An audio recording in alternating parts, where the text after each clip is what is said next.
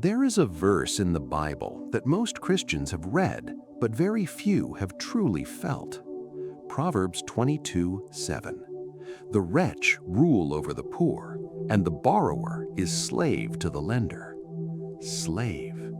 Not inconvenienced, not temporarily limited, not slightly restricted. Slave. That one word should stop you cold, because Solomon, the wisest, wealthiest man who ever lived, didn't choose that word by accident.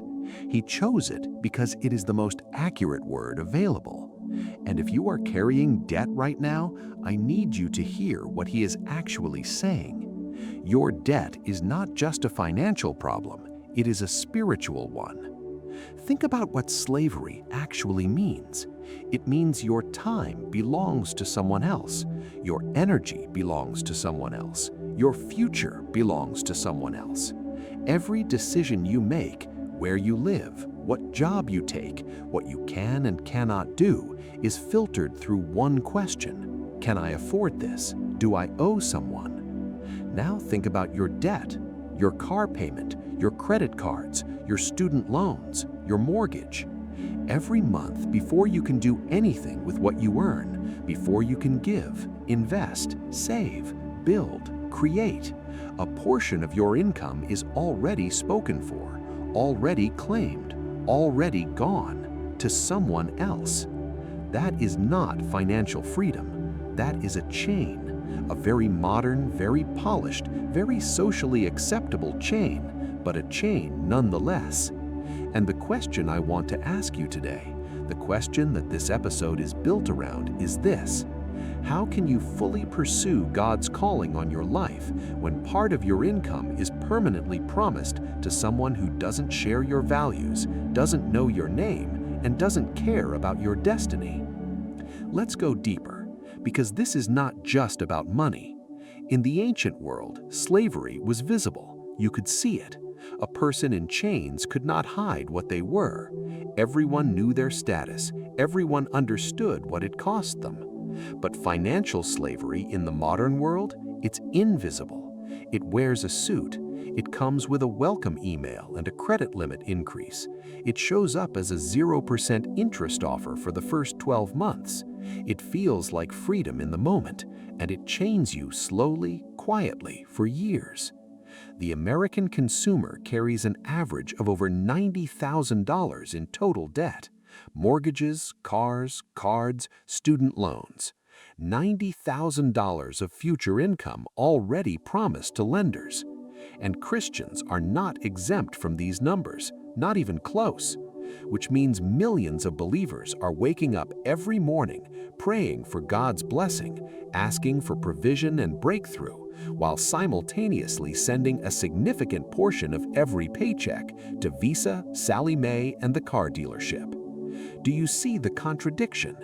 You cannot sow abundantly when the seed is already promised to someone else. Now, before we go any further, I want to say something clearly, because this is important. Debt is not a sin. Let me say that again. Debt is not a sin. The Bible does not condemn debt outright. Romans 13:8 says, "Owe no one anything except to love one another." And most biblical scholars read that as a principle of intentionality, not a blanket prohibition. Even in the Old Testament, lending and borrowing were part of normal economic life. God gave laws around it. He regulated it. He didn't eliminate it. So this is not about guilt. This is not about shame. If you have debt, you are not a failure. You are not cursed. You are not disqualified from God's blessing. But Solomon's warning still stands, and it demands a response. Because even if debt is not a sin, what it does to your freedom, your spirit, and your capacity to answer God's call, that is worth examining very carefully. Here is what debt actually costs you, and I'm not talking about interest rates. First, it costs you options. When you carry significant debt, your options shrink. You can't take the lower-paying job that aligns with your calling because you need the income. You can't say yes to the mission trip because you can't afford to miss work. You can't start the business God put in your heart because the risk is too high when you already owe money you don't have. Debt doesn't just take your money, it takes your choices. And choices, the freedom to say yes to God without first calculating the financial fallout, that is one of the most sacred forms of liberty a believer can possess. Second, debt costs you peace. Philippians 4:7 describes the peace of God as something that surpasses all understanding, a peace that guards your heart and your mind. But debt is the opposite of that peace. Debt is a low-grade anxiety that never fully leaves. It's the 3 a.m. thought that wakes you up when everything else is quiet. It's the tension in your chest when an unexpected bill arrives. It's the mental math that runs in the background of every purchase, every vacation, every conversation about the future. You cannot fully experience the peace of God when your financial reality is a constant source of stress. They simply cannot coexist at full volume. Third, and this is the deepest cost of all, debt costs you generosity. 2 Corinthians 9:7 says God loves a cheerful giver, not a reluctant one, not one who gives out of obligation or guilt, a cheerful one, someone who gives freely, joyfully, without calculating what's left. But when you're in debt, real, heavy, compounding debt, generosity becomes almost impossible. You give what's left after the bills, which is often nothing or close to it. And the sowing that should be multiplying your future, it never gets planted because the seed is already spoken for. So how did we get here? How did an entire generation of Christians end up this deep in financial bondage? Part of the answer is culture. We live in a world engineered to keep you spending. Every advertisement, every buy now, pay later button, every influencer lifestyle, it is all designed to create desire that outpaces income. And when desire outpaces income, debt fills the gap. But part of the answer is also theological, and this one is harder to hear. Many Christians were never taught to think biblically about money. They were taught to pray about it, to tithe about it, but not to actually think strategically, wisely, courageously about it. And in the absence of biblical financial wisdom, the world's financial system steps right in, with its credit cards and its car loans and its student debt and its mortgage structures that keep you paying interest for 30 years. The enemy doesn't need to steal your destiny with something dramatic. He just needs to keep you too financially exhausted to pursue it. Let's talk about what freedom actually looks like, because I don't want to just diagnose the problem. I want to show you the door. Proverbs 22:7 has two parts. Most people focus on the second. The borrower is slave to the lender. But read the first half again. The rich rule over the poor. Rule, influence, lead, shape outcomes for others. This is not a celebration of greed. It is a statement of reality. Financial freedom creates influence. It creates options. It creates the capacity to show up in someone else's crisis and actually help, not with prayer alone, but with resources.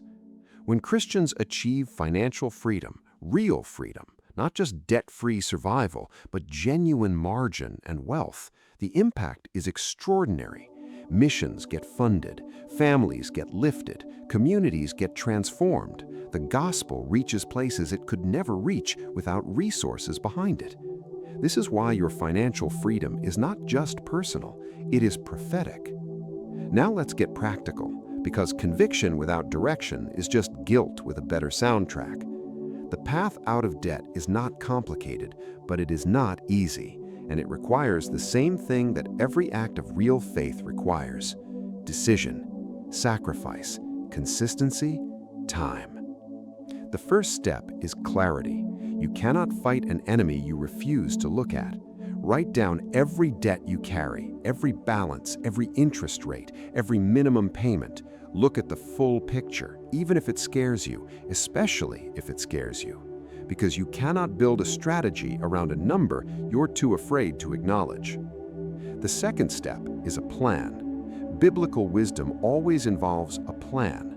Proverbs 24:27 says, "Put your outdoor work in order and get your fields ready. After that, build your house." Sequence matters, order matters. You don't build the house before you prepare the ground.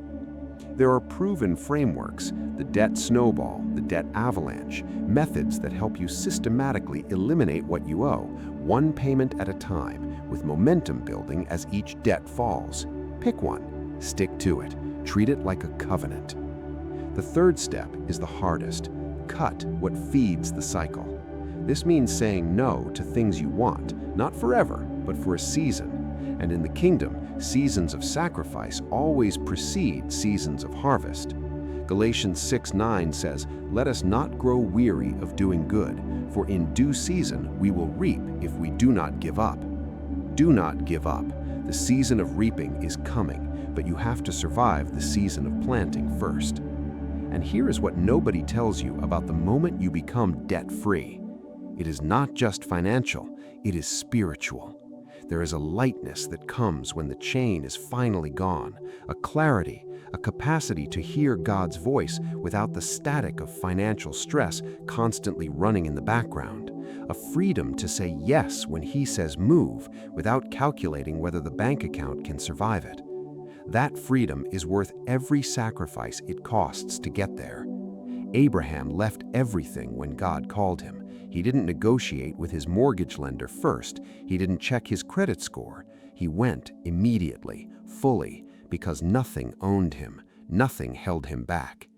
That is the picture of a man God could trust with a covenant, with a promise, with a generational legacy that is still echoing thousands of years later. What could God do through you if nothing owned you? What calling could you answer if your income was fully yours to steward? What generosity could flow through your hands if your hands were no longer tied? The borrower is slave to the lender. Solomon said it, and it is still true today. But slavery was never God's plan for His people. Exodus is not just a historical event, it is a pattern, a promise, a declaration that God specializes in leading His people out of bondage and into the land of promise. Financial freedom is your promised land. It is not out of reach. It is not reserved for the wealthy or the lucky or the ones who had a head start. It is available to anyone willing to make the decision, build the plan, and walk it out with faith and discipline. Your debt has a number, and that number has an end. The question is not whether freedom is possible. The question is whether you want it badly enough to fight for it. Start today, not next month, not when the timing is better. Today. Because every day you wait is another day the chain stays on. And you were not made for chains. You were made for the promised land.